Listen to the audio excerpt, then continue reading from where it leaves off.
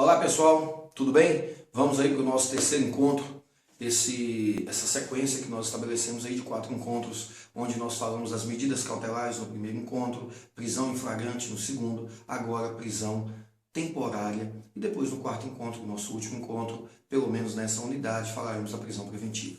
Pois bem, falar da prisão temporária requer muito cuidado, porque é uma das modalidades de prisão que durante muito tempo se provocou muita discussão jurídica.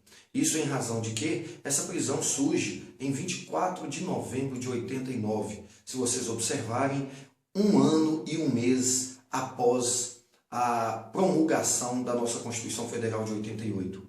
Pois bem, em 1988, o Constituinte veio estabelecer no artigo 5º como uma das garantias do cidadão de que ninguém será preso senão em flagrante ou por ordem fundamentada de um juiz competente. Olhem só, apenas o juiz pode decretar a prisão de alguém, e ainda assim, mediante uma ordem fundamentada.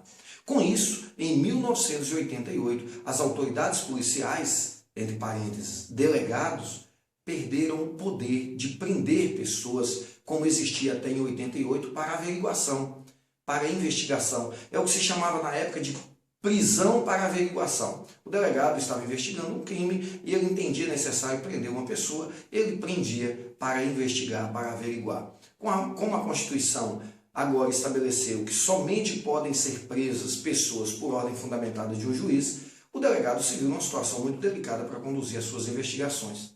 Pois bem, a partir daí surge uma pressão muito grande sobre o Poder Executivo na época, que tinha à sua frente o presidente José Sarney, e o José Sarney, então, expede uma medida provisória, a medida provisória número 111, em novembro de 89, e institui no ordenamento jurídico a prisão temporária. A partir daí, uma série de discussões começaram a permear o ordenamento jurídico. As principais discussões, a inconstitucionalidade formal e a inconstitucionalidade material da prisão temporária. A inconstitucionalidade formal, em razão de que nós teríamos ali uma modalidade de prisão advinda de uma medida provisória. Como sabemos, pelas regras de competência da Constituição Federal, apenas o legislador federal, ou seja, deputados e senadores, podem legislar sobre matéria penal. Não podem legislar sobre matéria penal os legisladores estaduais, os legisladores municipais e muito menos o Poder Executivo. Como a prisão temporária nasceu de uma medida provisória, surge essa discussão. Porém, essa medida provisória é convertida em lei e essa discussão perde força porque, sobretudo, o STF passou a entender que o vício de origem dela não seria suficiente para torná-la inconstitucional. Passa-se, então, a dedicar um foco especial à inconstitucionalidade material. Por que inconstitucionalidade material? É dizer, a matéria sobre qual trata essa norma, ela é inconstitucional. Sob qual fundamento esse argumento? Sob o fundamento de que, em favor do cidadão, tem-se a presunção de inocência. Se ele é presumidamente inocente, se ele deve ser tratado como inocente, não faz nenhum sentido eu prendê-lo apenas para investigar. Encontra-se em tramitação no STF, muito vagarosamente, uma ação direta de inconstitucionalidade discutindo essa questão. Mas, hoje, de acordo às decisões que nós temos, inclusive do STF, a prisão temporária é perfeitamente constitucional, tanto materialmente como formalmente falando. Então, a prisão temporária, ela é uma prisão específica para as investigações. Daí, um detalhe importante, ela jamais poderá ser decretada no curso da ação penal. A prisão temporária só pode ser decretada durante as investigações.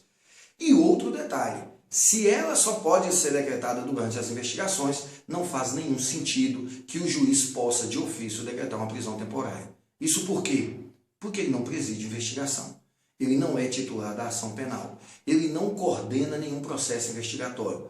Então, ele jamais poderia decretar de ofício uma prisão temporária. A prisão temporária, então, será decretada por representação da autoridade policial, depois de ouvido o Ministério Público, ou então a pedido, a requerimento do próprio Ministério Público. Essa prisão será decretada pelo prazo de 5 dias, podendo ser prorrogáveis por mais 5, ou 30 dias, podendo ser prorrogáveis por mais 30. Nesse último caso, se o crime for um crime hediondo. Vejam só, Essa prisão é a única modalidade de prisão cautelar que nós temos que tem prazo definido para começar e para encerrar. E aí surge um detalhe que costuma aparecer em nossas provas, prova da OAB, como uma forma até mesmo de pegadinha.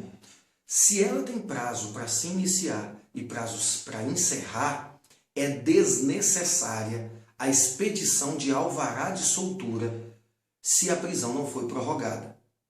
Vamos a um exemplo. A prisão foi decretada por 5 dias. Ao final do 5º dia não foi prorrogada? Não. O réu deve ser colocado, o acusado, o investigado, deve ser colocado imediatamente em liberdade, sem que haja necessidade de expedição de alvará de soltura. Foi decretada uma prisão por 30 dias, crime hediondo. O juiz prorrogou por mais 30 dias. Ao final dos 60 dias, ela não foi convertida em prisão preventiva?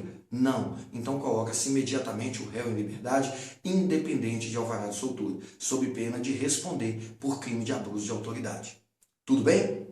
A partir daí surge uma situação muito importante. Analisarmos quando é cabível essa prisão temporária. Aí o artigo 1º da lei traz em seus 3 incisos as necessidades da prisão temporária. O primeiro deles, que deve estar presente em todas as prisões temporárias, indispensável para as investigações criminais. Tem que ser indispensável para a investigação. Se não for indispensável, já não está cumprido o primeiro requisito e, portanto, não há razão de ser da prisão temporária. Segundo inciso, esse é o mais polêmico atualmente na doutrina e na jurisprudência. Autoriza-se prender temporariamente a pessoa quando ela não tem endereço certo e não fornece meios de se identificar a sua qualificação e o seu local de residência. Esse segundo inciso, ele é questionado na doutrina e jurisprudência em razão dos princípios constitucionais de que hoje todo mundo é livre para ir e vir e não é obrigado a contribuir com a formação da sua culpa. Mas, independente disso, quase não se vê nenhuma prisão temporária decretada com base no inciso 2º. A terceira condição está no inciso 3º, que é há indícios de prática ou envolvimento ou participação na prática de qualquer um dos crimes elencados no inciso 3º. Logicamente, nós não teríamos aqui condições de falar cada um deles, decorar cada um daqueles incisos, mas certo é que vocês terão ali naquele inciso 3º apenas os crimes que o legislador entendeu ser possível decretar a prisão temporária de alguém. Por exemplo, nós teríamos lá o tráfico de drogas, nós teremos a extorsão mediante sequestro, o estupro, nós teremos o homicídio qualificado, nós teríamos lá também nesse inciso 3º os crimes de atentado contra a ordem democrática ao Estado Democrático de Direito. Mas, olha que curiosidade interessante, nós não temos nesse inciso 3º o peculato, a corrupção ativa, a corrupção passiva, a lavagem de dinheiro. E como nós temos visto tantas prisões com esses crimes, de pessoas envolvidas nesses crimes, em razão de que essa lei autoriza a prisão temporária de quem esteja envolvido em associação criminosa, artigo 288, ou em crime organizado, lei 12.850 de 2013. E aí, dificilmente, nós teríamos caso de peculato, corrupção ativa, corrupção passiva, lavagem de dinheiro, se nós não tivéssemos aí uma organização criminosa, uma associação criminosa. Lembrando, se não tivermos associação criminosa ou crime organizado, não há que se falar em prisão temporária para esse tipo de crime. Fica então, portanto, uma dica. É possível decretar prisão temporária para quem pratica corrupção ativa, corrupção passiva, peculato, lavagem de dinheiro, dentre outros crimes contra a administração pública? Sim, desde que haja conexão desses crimes com associação criminosa ou com crime organizado. E por fim, para a gente encerrar a nossa discussão, que fique muito claro, a prisão temporária só é possível se nós conseguirmos evidenciar, no caso concreto, a acumulação do inciso 1º com o 3º ou do inciso 1º com o 2º.